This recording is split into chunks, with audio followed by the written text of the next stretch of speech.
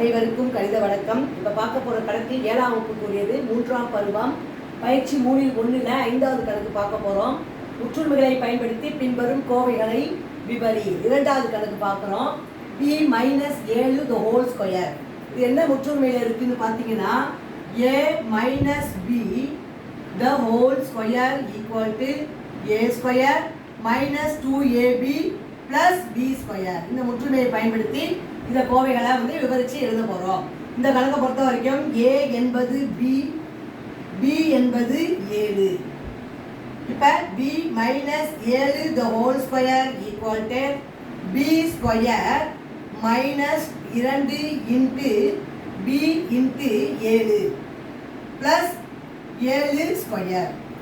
இப்போ இருக்கணும்னா b square அப்படியே போட்டுக்கிறோம். மைனஸ் 2 7 14b பிளஸ் 7 ஸ்கொயர் என்பது 49. இந்த கணக்குக்குரிய விடை b square minus 14b plus 49. புரிஞ்சுங்களா?